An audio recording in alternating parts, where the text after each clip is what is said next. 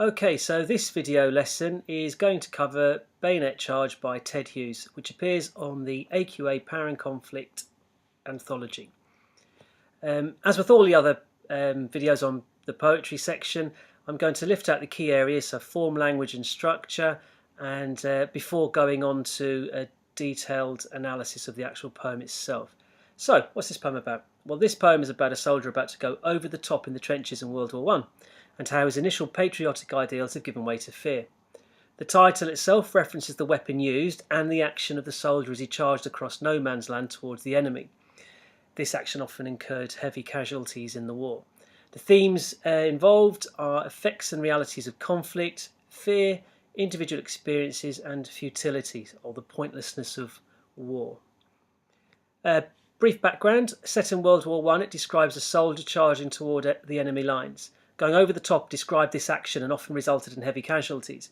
Hughes wrote the poem in 1957, having spent 2 years as an RAF mechanic. His father served in and survived World War I. So there's a little background there. The three areas you need to focus on in any analysis on poetry, and also other areas on the literature paper: form and structure, and language and imagery. So form: within the rigid 3 stanzas there is little formal structure. Irregular line length, a combination of caesura and enjambment convey the intermittent burst of running and stumbling of the unnamed soldier as he charges. Now, you'll hear me say this in a lot of the videos: method and meaning. Identify the technique used, but you have to explore the impact, the significance of that technique. What inferences can we take from it? So, for example, little formal structure, irregular line length, combination of caesura and enjambment, they're all the methods. Well, what does that imply or reflect? Well, that could convey the intermittent bursts of running and stumbling of the unnamed soldier as he charges over the top across no man's land. So method and meanings is crucial if you want to target the top bands. The fact he is unnamed could imply that he represents all of the soldiers. The structure: well, the opening word is suddenly, which plants the reader in the middle of the action. This technique is called in media res. The first stanza continues this movement. The second reflects time, apparently standing still, and the third stanza concludes with the soldier's reflections on the pointlessness of this war and how he has lost his humanity amidst all the violence. Okay, a little bit on language and imagery. Well, violent imagery throughout is used to bring home the horrific realities of war. The hair moving in a thrashing circle to highlight the suffering. Verbs such as stumbling and crawled reflect the confusion. Natural imagery throughout: green hedge that dazzled with rifle fire and shot-slashed furrows are as examples of how even nature is damaged by war.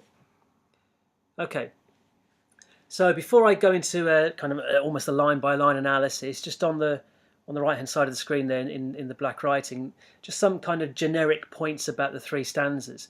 There's enjambment and caesura throughout. Now, enjambment is a run on lines where one line continues on to the next line, and caesura is any form of punctuation in the middle of a line, plus an uneven line length which creates an irregular rhythm designed to reflect the soldiers struggling through the mud. So bear that in mind within each of the stanzas. Okay, so let me see if I can remember how far we go with this before going on to the next page. There we go, that's the end of it. Okay, suddenly he awoke and was running. Raw seamed hot khaki, his sweat heavy, stumbling across a field of clods towards a green hedge that dazzled with rifle fire, hearing bullets smacking the belly out of the air. He lugged a rifle numb as a smashed arm. The patriotic tear that had brimmed in his eyes, sweating like molten iron from the centre of his chest. Okay, so what have we got in this opening stanza? Well, as I alluded to a bit earlier, the first word, suddenly, is what's called in media res. It kind of parachutes the reader straight into the middle of the action. Awoke in that line implies a confusion. You've just woken up, you're confused, a bit bewildered. And was running, and that hyphen there is an example of caesura. This emphasises the discomfort in raw, which itself is repeated, perhaps a double meaning: discomfort but also inexperienced. If you've got little experience, you can be considered raw. Repeated H, hot khaki, his sweat heavy. The repeated H sound reflects the soldier's heavy breathing as he runs. Remember, he's running through the mud, it's difficult. bullets smacking the belly out of the air, violent imagery and onomatopoeia describing the sound and impact of the shots. He lugged a rifle numb as a smashed arm. So that's a simile, and it implies the rifle is useless, plus foreshadows potential injuries, perhaps. The tear that brimmed in his eye, that patriotic tear, what's become of his patriotism, turned to fear and pain, and then what does that then go on to evolve into? In bewilderment then he almost stopped. In what cold clockwork of the stars and the nations was he the hand pointing that second? He was running like a man who has jumped up in the dark and runs listening between his footfalls for the reason of his still running, and his foot hung like statuary in mid-stride. Then the shot slashed furrows, and I'll continue that in a minute. Bewilderment reflecting on why he's there. So this is the second stanza where the pace slows down, he's pausing. Alliteration highlighting the sense that people in charge don't care about individual soldiers. And what cold clockwork. Okay, cold clockwork. He was running like a man who has jumped up in the dark. This simile presents the picture of a soldier running blind and without thought, just because he's told to. He's following orders. He's not allowed to question it. Kind of referencing also a class issue. There's working class men were the ones on the front line in the trenches. And this reflects the pointlessness or the futility of the war. The Caesura at the end of this stanza draws end to his reflection, and then the pace picks up again as he's forced back to reality, and the shot slashed furrows. Threw up a yellow hair that rolled like a flame and crawled in a threshing circle, its mouth wide open, silent, its eyes standing out. Very graphic imagery there. He plunged past with his bayonet toward the green hedge. King, honour, human dignity, etc. dropped like luxuries in a yelling alarm to get out of that blue, crackling air, his terror's touchy dynamite. All right, I'm not going to get this one right. Let's see. I think that's it. Okay, so hair that rolled like a flame, similarly highlighting the danger the soldier is in. A flame is dangerous and unpredictable. A threshing circle, quite a violent image reinforcing the danger he's in. Alliteration plus a violent verb to emphasise the fear and horror. He plunged past.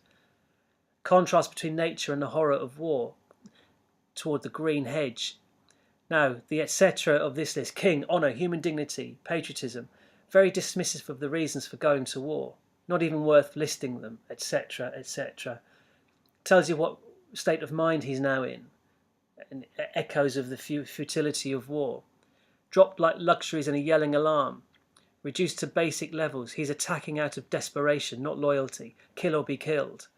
His touchy terror's dynamite. Alliteration in the last line. The soldier now appears merely a weapon himself, driven purely by his fear and his kind of striving for survival. So plenty of analysis there to get you through to a top band. There is plenty more analysis you could observe within each of the three stanzas, but I'll only ever cover as much as you'll need to get that top band. So don't worry about missing things out. It's impossible in 30-35 minutes you'll have of writing about this poem, and maybe remember comparing it to another poem. There's only a certain number of things you'll be able to focus on. So a brief summary of the main poetic devices used, and you use these techniques and this method in your writing, in your analysis. Irregular rhythm, uneven line length. In media res, caesura, enjambment, repetition, violent imagery and alliteration. Useful vocab to use when analysing this poem: terror, pointlessness, futility I should have added in there, violence, confusion, bewilderment, patriotism, despair, destruction, horror. And links to other poems, if this one comes up, what can you connect it to on the anthology? Well, the effects and realities of war in exposure and Charge of the Light Brigade as two examples. And again, listen to what your teachers say. If they make other suggestions, then absolutely explore them. Okay, that's plenty for this poem. See you at the next one, in the next one even. Okay, bye now.